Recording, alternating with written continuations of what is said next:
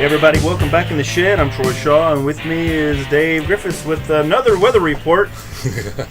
Thanks, Troy. It's a little steamy here in the shed, but it's the first day of summer, it should be, and we got an auxiliary fan here for our guest, TigerLily, or Julia Tucker. Julia Tucker. How are you? Good. Just got off work? Yep. Teaching some guitar at Guitar Center? Guitar and ukulele and therapist. Some people say ukulele. Ukulele, yes. People that have lived in Hawaii or are Hawaiians or Samoans, they say ukulele and they get really offended if you say ukulele. That's what I always say. Really offensive. It was ukulele to me for 50 years or whatever. That I heard Jake talk about playing ukulele. Yeah. Ukulele. They also say aloe wrong, like aloe vera. Yeah. They say aloe. So we can't really trust how they pronounce things. I don't care if it offends them. They're wrong. They're the last state, Anyways, Julia, thanks for coming. Take it away, Troy. Why don't you ask her a question? Well, let's start. What got you into music? I've always loved music. I've been told, I don't remember this, but I was 2 when I first sat down and watched the television before I was doing other stuff and didn't care. But I sat down to a rerun of the Lawrence Welk Show. God, my parents used to make me suffer through that for years. Well, it was the only thing that caught my attention. Oh, really? Up until that point. And I was 2, and they said I sat down like a foot away from the TV and didn't move. You were mesmerized. Yeah, I was just in love, and I watched it every day afterwards. Is that the first time you ever heard music, or just ever seen and heard music? It was the first time I interacted with music, as that people can remember, like family. And then the Disney made Fantasia. Yes. And Fantasia rocked my world, and still does. I fell asleep to it the other night, actually. But I was obsessed. Like, I only really wanted to watch things that were musical, and do things that were... I saw Fantasia when I think I was a senior in college. We took a trip to New York with our design department, and they had just remastered Fantasia, and it ended up being shown at a theater, and our professor said, you need to go ahead, we're going to go ahead and see this movie, and I didn't know what it was. I'd never heard of it before, and I watched it, and I was like, well, this is kind of strange that we took a school trip to go see a movie, Disney movie, but, in retrospect, I ended up buying it, and had my older son John watch it, and it was at its time coming out, and what was it, late in the 40s or something when Fantasia came out? So the art is really advanced. Yes. Like the cinematic part of it is just way ahead of its time, like almost 60, 70 years ahead of its time. Yes. Exactly. I guess when it was remastered is when it must have gotten popular again, and I would have been about that would have been in the toddler. 80s, early 80s when I saw it. 83 is when I saw it. It's probably been remastered again since then. Yes, yeah, probably. It has. Yeah. And they've made a second one. But this is when they cleaned up the original film and redid the audio, because it was all these great classical songs. But it's great. Yeah. So you went from Fantasia, and what got you into more popular songs? Modern stuff. Well, I grew up in several different households. I was kind of shuffled around, and every house, every set of grown-ups had a different taste in music. So I was exposed to really random stuff. Like my dad, he loves Floyd. Traveling Wilburys, really cool stuff. Toadies. He's got an excellent taste in music. Willie Nelson. And then my stepmom, she loved like Bryan Adams and George Strait, completely different, and Ricky Martin.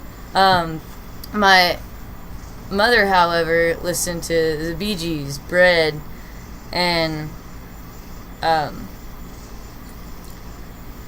Linda Ronstadt and Aaron Neville, and just crazy, like just different. And then my stepdad, he was into all the old heavy metal and hard rock, and he had this awesome crazy like cassette collection, and I could use those. Even as a little kid, I was allowed to use those, so I didn't know what it was, I just listened to it. So I know like every Eagles song, every AC/DC, every GNR, like but I stayed with my grandparents a whole lot, and they listened. They were into Slayer and stuff like that. No, but I introduced them to that recently, and it was awesome. They enjoyed it, I think. But the Beatles and it's cool. Well, so just all the different music. So you were exposed to just every kind of music there was, Yeah. I guess. Yeah. It was just a lot of music, even though nobody in my family has ever played or sang or done anything to create music. They are music lovers. So at some point they're consumers. To the so what extreme. made you want to create music? I started writing pretty heavy at 10. Like, I carried around a notebook everywhere with me, and I started out with poems, and then I started writing songs because I loved singing, and I was homeschooled. I had a lot of free time. So did you just hum the songs, or did you... I'd sing them. Yeah, so you didn't have an instrument in your hand at that point. Right. I just wrote songs, and I'd sing them. So that's kind of cool. It was just like singing a cappella, but they had definite, like, distinct melodies and hooks, and they were the same every time. And then my mom, she had a guitar. She never played, that she'd gotten for her 16th birthday, and it was in the closet.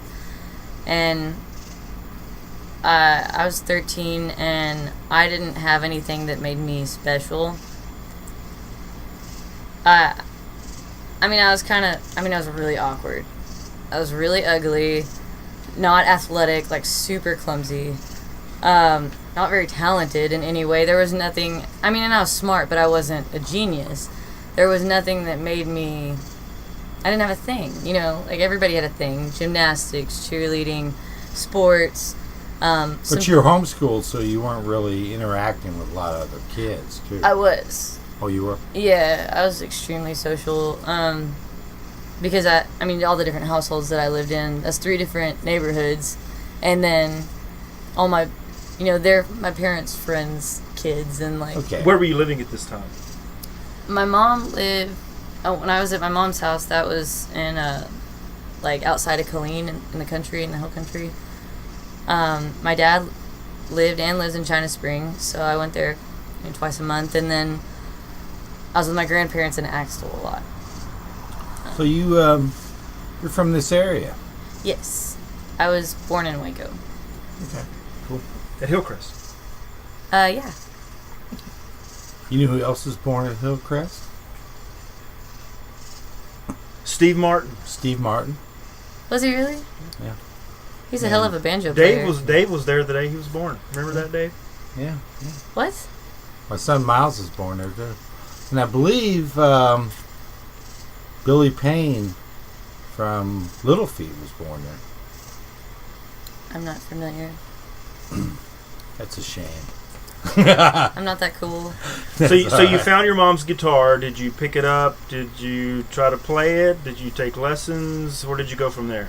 Well, we were like dirt poor, so lessons were not an option, and we lived out in the middle of nowhere, to put it nicely, and there's just no, like, it wouldn't have been feasible for us to drive to town and take lessons, or for anyone to drive out there. So I started messing with the guitar, and the internet wasn't what it is now, or anywhere close. So you couldn't go on YouTube and figure out a song. YouTube wasn't invented yet. That was like 5 years later. But I was close, to being one of the internet babies, very close. And we went to Walmart one day after I'd been messing with it for about a week or two. We had to go grocery shopping, and they have this little section by the gift cards, or like the event cards, like happy birthday and happy anniversary and stuff like that. There's posters. There's all kinds of posters. They had a poster that you could get that had chord diagrams all over it. Like 100 chord diagrams or something. I have one of those. Yeah, it was like $4. And I got it, and I took it home, and I put it up in my bedroom, right at, on the wall where I could see it if I was sitting on my bed. And I figured out how to tune the guitar, and then I just played with those chord diagrams until I found one that would match whatever song I was listening to, and then I just started learning songs that way. So it's a great way to learn. Yeah, I think so. It's like learning out of a music book and just learning the open chords and learning the the majors and the minors. I used to try to write songs like that. I would try to find a chord that was a little difficult or unusual, and then try to build a song around that chord. Yeah. I don't know, and I still don't know how I write progressions, because a lot of my songs don't follow normal chord progressions. Some of them do. I have some very, very commercial stuff that works out and makes sense, what everybody else says, the Beatles standard. But there's some stuff that's really out there and it sounds good, and theoretically I know what it is now, but it's a feeling. I'm just putting those together. And so you're breaking new ground. No. New ground? Maybe not, but what were some of the... Did you start with any cover songs that you heard of and that you want to learn, or did you just... Was it all original from day one? Definitely covers. I started writing immediately, though. I started trying to put the songs that I had already written for singing. I tried to put chords to it. That wasn't working out very well. That's hard to do. Has anyone ever just come up to you, hey, can you put music to this? That's hard. Yeah. It's easier to write the music and then put the lyrics to it later. Sure. I still struggle with that, but I played. There were 3 songs that I started working on immediately. The first was Green Day's "Good Riddance," and I didn't know that was a common song to play when you're learning. I just knew that I liked Green Day. Well, when I was a kid, it was "Smoke on the Water." That was the song you learned. Yeah, everybody. And then... Or 25 or 6 to 4 or something like that. Well, Brains 2 is kind of like that. Yeah. So, Here Without You by Three Doors Down, and Walk the Line. Johnny Cash. And I actually used that Walk the Line to figure out how to tune the guitar. So you were writing songs, playing songs. What did that lead you to play any, bars? Or I'm assuming you're still in high school at this time, so you're not old to play bars. Are you playing to an audience anywhere? I actually, my first gig was at a coffee place here in town that I don't even remember the name of. And then my second gig was at Beatniks. Sure. Right over here, the old Beatniks. Yes, the old Beatniks. 11 years ago. And church stuff. And I found that in Killeen, this is going to sound sacrilegious, but in Killeen, there was money to be made as a musician on Sundays. So I decided not to have a home church, and I would go to different churches every week and play. Adopting the religion that you were playing in or whatever, I guess. And you would get paid. Yeah. And so that was great money for, They're all Christian churches. And yeah, it was great. And they were super nice. It was awesome. I got to meet so many cool people, and I got a lot of opportunities, and just going to all these different churches, because think there's hundreds of people in each congregation, and I get to meet everybody pretty much, because they all wanted your autograph. well, no, but I mean, they're just nice. It's like that in Killeen. I know the crime What kind rate's of money is bad. involved in playing at churches? I mean, was that decent? Back then, it was anywhere from like $50 to $100 a Sunday, Nice. which That's is, good. I mean, I was rich as a teenager. Like, Yeah, right. That's great. No kidding. I didn't know there was that yeah. kind of money. I might have to start going to church Oh, with man. my Gibson. It's still that way. Well, a lot of churches have their own bands now. I mean, I guess. Yeah. I know a lot of people that play in. But they And need bands at substitutes Yeah. for, stuff happens. And people need, I mean, there's always churches looking for musicians. You'll see ads for it. What do you play? Church songs? I mean, what do you play in the Oh, church they band? play mostly like 4 chords. It's the modern G, with the extra, the 9 on the end of it. Then Yeah. C add 9. Yeah. You play the E minor the same way. You keep these fingers down the whole time. The pinky and the Got to have that high note. and that D over F sharp Yeah. for pretty much every song. Well, you're a music teacher, so you know what you're talking about. I don't really, because you teach at Guitar Center. Yes. How did I that come do. about? Um. So, well, let's back up here. When you were playing at this time in churches and stuff, did you know the names of the chords and the notes and that kind of thing, or were you just kind of like you saw it and you played it and you felt it? I knew chords. I knew the names of the chords because of that poster. I didn't know what sharp meant or flat meant, but I could play it. Yeah. And I knew where it was at on the fretboard. I did not know single notes, really. I mean, I kind of had an inkling, but I didn't have to know that.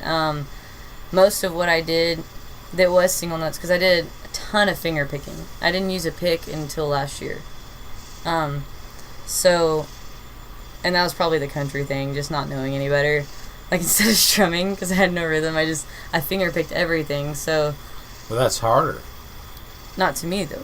It's much easier for me to pick things. I don't But whatever struggle so whatever much you start now. out doing is always the easiest. Yeah, and I liked different picking patterns, and I found different ways to move my hands. This is so much more natural than this. Yeah. I'm actually the my Yeah, hand movements. well, we don't have to- We can't see what she's doing, but she's doing this. Yeah. Or you can't see what she's doing. She's articulating the finger picking versus the strumming is what she's So doing. did you eventually go to music school of some kind to learn a little more? When I turned 21, actually, I moved back to Waco to do some family stuff, and while I was doing family stuff, someone suggested that I go to the community college and audition for their little music scholarship, and I'm like, man, they're not going to take me. At I don't MC know. God, I wish I would have done that. MCC, right? Yeah. I wish I would have done that. And I don't know stuff, but I went and you play 2 songs, and I played my 2 songs, and they gave me a full ride. So why not go to music That's school? awesome. Wow. What So- 2 songs did you play? Hands by Jewel, and my version of Folsom Prison, which is a blues song. Well, as someone who's listened to practically all of our podcasts, and we thank you.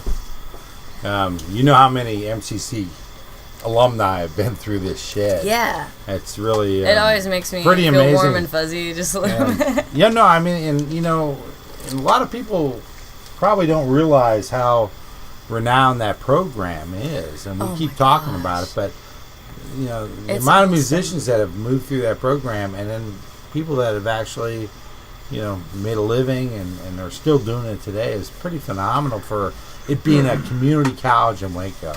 And hopefully some young kids who are listening to this podcast might be inspired by it to want to go to MCC to take that course. Exactly. Oh, I recommend it, because even if I didn't have the scholarship, if I'd had to pay out of pocket, it's community college prices, which are awesome.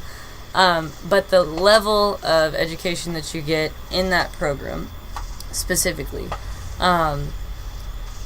it is priceless. Yeah. There, no one could afford the knowledge that I got for free, because just the awesome people that work there, the staff, my professors, they work at a community college, and it's laughable. They have no business being in Little Old Waco, and I'm very blessed.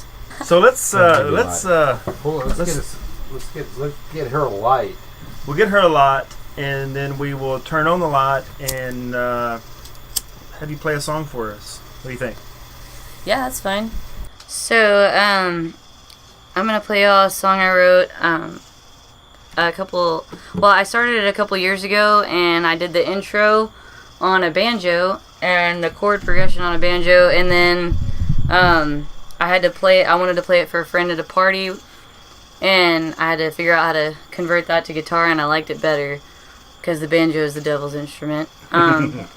So, I just finished this recently, and I'm really happy about it. It's Little Rain, and it's about depression, but it's not a depressing song.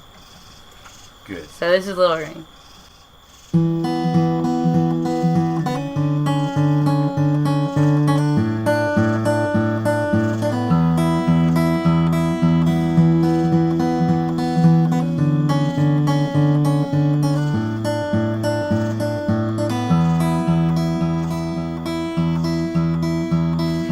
I walked away from you, little rain cloud, but you followed me in my smile. They drown.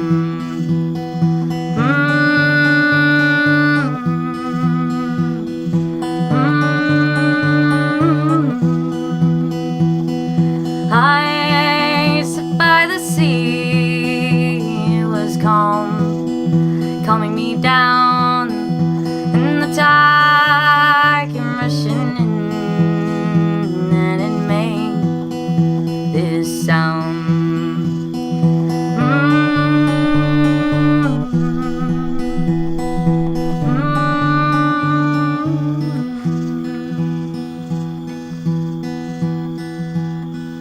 It said to me, you belong,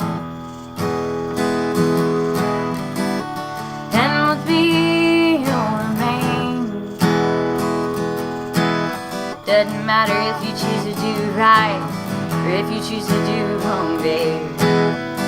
Your sky is always gonna rain. Your sky is always gonna rain.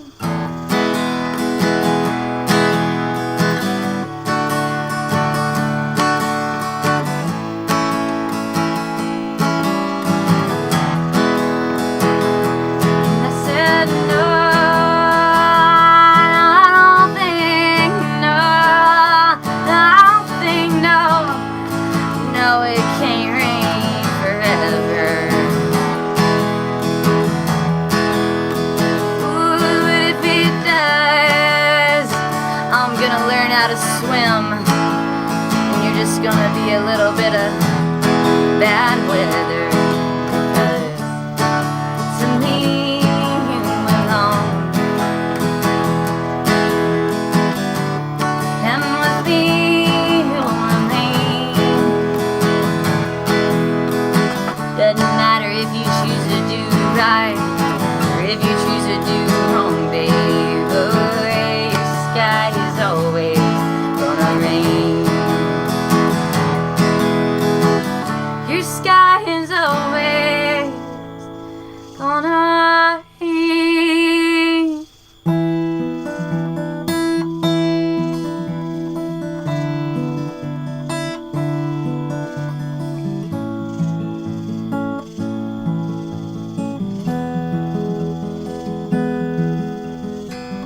Try to go away, you can't leave me. Try to ease your pain, it just feeds me home, and you can't slow down.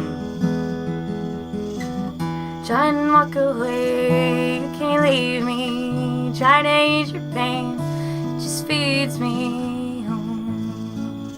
And you can't slow down. Oh, and you can't stop now. Because to me you belong.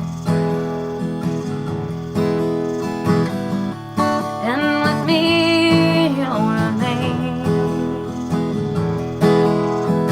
Doesn't matter if you choose to do right or if you choose to do wrong, babe. Oh, your sky is always gonna rain. Your sky is always gonna rain. I know your sky is always gonna rain.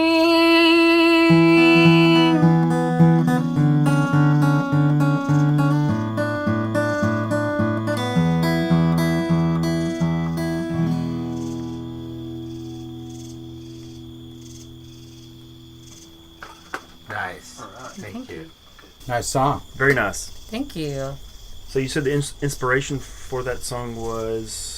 The Zoloft commercial with the little sad rock that kind of bounces around, and then he takes Zoloft and he's happy, and his rain cloud moves away. Goes away, yeah. And I'm like, yeah, that's a lie. I've thought that since that. I mean, I was probably 13 when that commercial came out, and I'm like, that's bullshit. So how would you describe your music? Well, for a long time I didn't know what to call it, and I just drew complete blanks, and I just didn't answer it when people asked me that, and people have asked me that for 11 years now. But last year, I was watching the Netflix original Orange is the New Black. It's a women's prison show, I guess. I don't know. Netflix, yeah. And I'm not a big TV watcher, but I do like that. And I watch everything with subtitles on it, not because I'm hard of hearing, but because I like subtitles. Sometimes it's hard to understand what people are saying. Yeah, on people's TV. diction is retarded. Yeah. So exactly. I like it, and I don't miss anything that way. Well, you know how subtitles they do, they'll say shit that is not dialogue, like or monologue. They'll say stuff. The subtitles will say like thunder sound, or Yeah. Well, at the end of one of the Orange is the New Black episodes, Mazzy Star came on, and it was like melancholy rock continues to play, and I said that right there, melancholy rock. So you are melancholy rock. Yeah, that defines me perfectly. I agree. Like yeah, I would too. Mm-hmm. From what I've heard. Yeah, 'cause I don't know I've what to seen call you that. before. Saw you at the Grape that one time. I liked your show. Thank you. So when did you start playing, locally around Waco? Well, my first couple of gigs were Waco, and then I didn't play in Waco. Oh God, from like 15 till 21. So 6 years I didn't play in Waco. When I moved back here, started going to music school. I started working at Lone Star Music, and I started a band, and I joined a band, and I started gigging around here with that. What was the band? Finger Jane. Finger And Jane. You played guitar. Yes. And you sang too, or just Yeah. played guitar? Guitar and backup vocals. Okay. It was a Was it melancholy rock? no. It was a punk band. Punk. Yeah. So you get the screeching voice. Were you singing? Yeah. So I did the screaming mostly, but Really? yeah. Well, Give us a little taste of that. we did. Come on, just give We us a did. little shriek or one verse. Okay. Well, we did some grunge too. But one of our favorites, because we were mostly all-girl band, we couldn't find a decent female drummer to save our lives. But we covered a lot of Hole.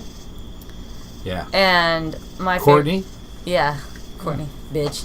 But I love her though. Yeah. We did. My favorite was Violet. As a whole song, and we covered that, and I screamed on it. But it was and the sky was made of amethyst. All the stars are just like little fish. You should learn when to go. You should learn how to say no. Yeah, it was fun. Yeah. It was It's really good. fun. The Hole was great. I mean, Hole is awesome. They The rock Hole is way harder awesome. than Nirvana. yeah. Or Day. Yeah. So, then, working at Lodestar Music, me and Calvin Ross always hung out, and we got to talking, and You're the all-girl band that Calvin used to tell me about. Yes. How many years? 2-3 years ago? Yeah, like 3, Yeah. 4, yeah. Yeah, he told me about that. We did Calvin in the Shed yeah, too. yeah. Actually, we did Okay. them on location, but He told me, he goes, I got this all-girl band that's playing this and this and this. So, okay. I'm putting two and two together. I got it. Keep going. So, Calvin called me a Lady Lone Star. I hated it, but that's probably what he told. Yeah. So, we started a business together, a little side business called Girls and Guitars. That's what it was. Yeah. And we did that for about 2 years, and it was great. I didn't realize how sexist it was, but in what way? well, it was. Did you show up in broad panties or what? I mean, no, not sexy. How sexist? Like we were. Well, that still classifies. We were just we weren't looking for guys. We didn't want a guy band behind us. Gotcha. We didn't. Right. We were girls. And it was a gimmick. I didn't know that. But I thought it was a good gimmick. Our original goal, our intentions were very pure, and Well, you have to have a gimmick to get people to come see you in Waco. yeah, and we were successful at it. Exactly. We wanted to inspire females, young rock. females, to rock and to be musicians, and that it's not because there's so many. I mean, men obviously outnumber women in this industry, in every part of the industry. I mean, it's ridiculous. There's so many guys compared to how many women play, and we just wanted to inspire girls to come do it. And also with Lone Star Music sponsoring us, I could advertise that at every show. So if a little girl was at the show, or a female was at the show, and she's like, man, I've always wanted to do this. Hey, come, let me give you lessons and get you a guitar. Like, inspire her to pick up an instrument. yeah, so it was good do for sales too. So you worked for Calvin? What did you do? Give guitar lessons with him? I did. Mostly, how I started. I was an accident because Calvin. He doesn't really need employees, and he had a stack of applications like the size of the dictionary behind his desk, and I didn't apply. I walked in there when I first moved back to Waco, and there was this, sweet old guy, and we played some Zeppelin tunes, and then all of a sudden, like 6 people walked in, and his phone would not stop ringing, and he seemed a little overwhelmed, so I picked up the phone and answered it professionally and helped whoever was on the phone. Like, I figured out the price of something, and then helped him with the customers until it was died down, and he said, hey, do you need a job? And I said, well, no, but I mean, I'll work here or whatever. So I just started working there, and How long did you work there? like 2.5 years. Really? Okay. Yeah. It was pretty cool, and then I gave lessons too. But it was a really cool experience, and we started Girls and Guitars, and Calvin he's not into technology, so he wasn't really up to date with the marketing and promotion, finding the girls. And I mean, we knew girls that came into the shop, so we got all them, but then I went out and recruited and found all these girls. And the thing was, you had to be a songwriter, sing and play. Right. Those were our only 3 and female. Those are your 4 qualifications Yes. to get this job. And we so did. Bruce Jenner didn't have a shot in hell getting in. No. Like that. Well, Well, I mean, maybe Not not. at that time. Not at that time. not at that time. Yeah. And now, Yeah, if he could was play drums. if he was a writer and played guitar, then So, did you play covers or your original stuff or both. Yeah. Both. We did. We had quite a few residencies actually. It's really great how people liked us and responded to us. So we did 3 girls at every show, and it's like 3 or 4 hour shows, and each girl would get like an hour, and it Were the showcased. parents- Oh, so it wasn't full band. It was No. Ah, It was a okay. I thought it songwriter- was a full band deal. You guys So had. Showcase. did the parents show up for this kind of thing and really kind of get behind the kids? Or? Well, it wasn't kids. Just- It was oh, the it youngest girl that worked for us was 16. She was a girl from Lorena. Gotcha. Lauren Malaya, and she was the youngest, but her parents didn't show up to her gigs. But some parents did show up, but it was women. So it was more like the Runaways. Yeah, Yes. we had a lot of 20s to late 20s and early Right, 30s. right. Okay, cool. Not necessarily girls, but they're all great. I love all of them. I made still so many know 'em? friends. Yeah, all of them. Really? That's great. Some of them are my best friends. They're awesome ladies. What a cool experience to have. I mean, as Oh, far yeah. as doing something totally off the radar. I mean, kind of. Yeah, it just kind of came out of nowhere. Me and him were talking one day, and within a week, we were going. You created something in Waco that probably didn't exist. Yeah, nothing like that. And you could still buy the domain name if you wanted to make a website. Like, we searched the internet, we couldn't find anything like us. Cool. Really. Unless, there was a band that was kind of similar in name, but it was a band.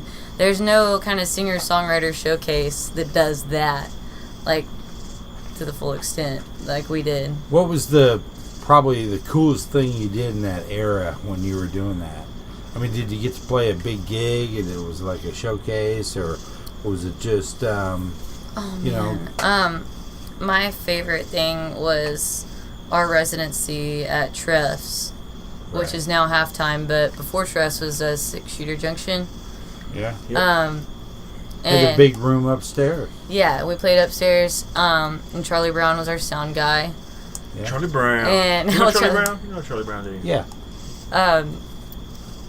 And we played there every other Friday, and then on the alternating weeks on Saturdays. And we rotated girls, and it was always so much fun. So what happened? How did it end?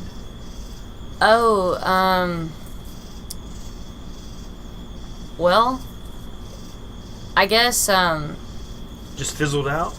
no, it didn't fizzle out really. I decided to quit for personal reasons, and I didn't have time for it anymore, and I was just tired of it. I was tired, because I was doing a whole lot for it. Yeah. Not that it was a thankless job, but it was just a lot. Did you feel like you were doing more than some of the other girls? Well, I was in charge. I mean, it was mine and Calvin's business, Gotcha. so I was doing booking, marketing, sound engineer, because I was the only one that knew how to use a PA, and I had to go to every gig. I got paid, but not very much. Like when you're splitting it, you know, band gigs. Yeah. If you're, even if you get paid decent, you're splitting it with a bunch of people, and it was a lot. When it turns into a job and it's not really fun anymore, then that's when it's time to kind of move on, I guess. Yeah. Or you're not making a ton of money. Yeah, it's just as far as, I mean, when you're making less than minimum wage for the hours that you put in, I mean, that's what it came out to. So it just wasn't efficient. Okay, well, But I love it. I love that we did all Girls good and things Guitars. got to come to an end, right? Yeah, it did its time, and People don't realize that when you're in a band that you're not just getting up there and playing. You're having to load all the equipment up. It all depends on the bands, of course, but it's so Yeah. much work involved. Loading the equipment up, setting it up, doing sound check, playing, then breaking it down, then loading it up, then driving it home. And it's a long day. When people want to go, people used to tell us, "Hey, why don't you? We're gonna have a party. Why don't y'all come play? I'll pay you with beer." I'm like, "You gonna pay me with fucking beer? No, you gotta pay me with fucking money. Yeah. I'll drink beer. I'll buy my own fucking beer and listen to somebody else play." Yeah, It's hard to drink a lot of beer when you're playing anyhow. I don't know about that. Yeah, right. I don't know about that. She's my girl. I used to drink a lot when I played. I don't really anymore. But I used to be really good at it. Drinking and playing. Drinking and playing. Yeah. So Speaking young. of drinking and playing, you want to drink and play another song for us? Certainly, yeah. Let me refresh it. All right. So this is Sarah's song. I wrote this for my ex-boyfriend's ex-wife, but it's one of my only happy songs in my catalog of melancholy rock, and I really like this song.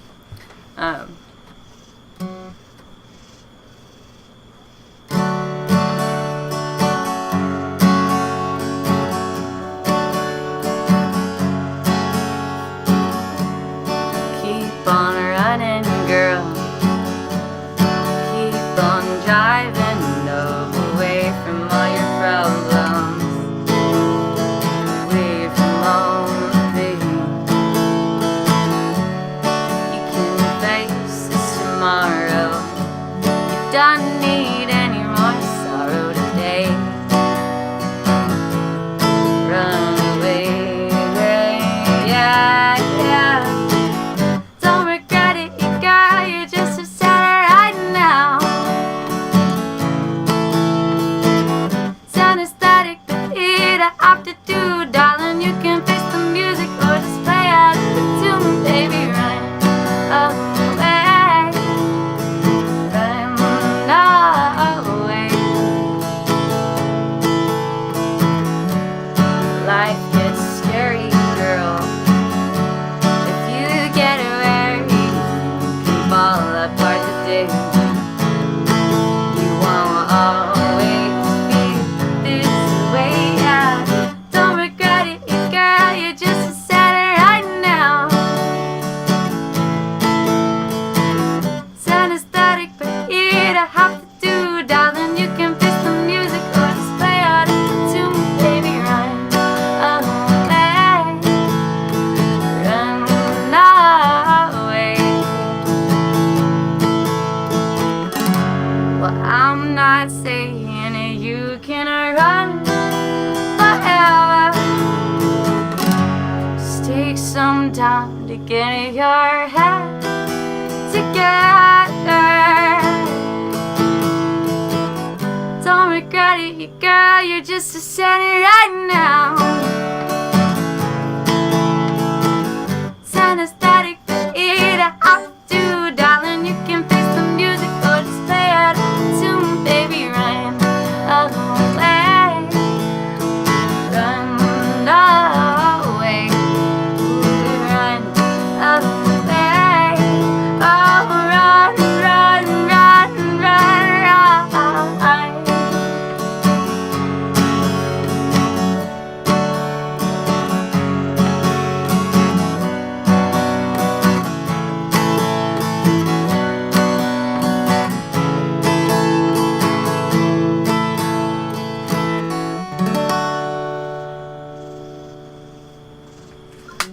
Right.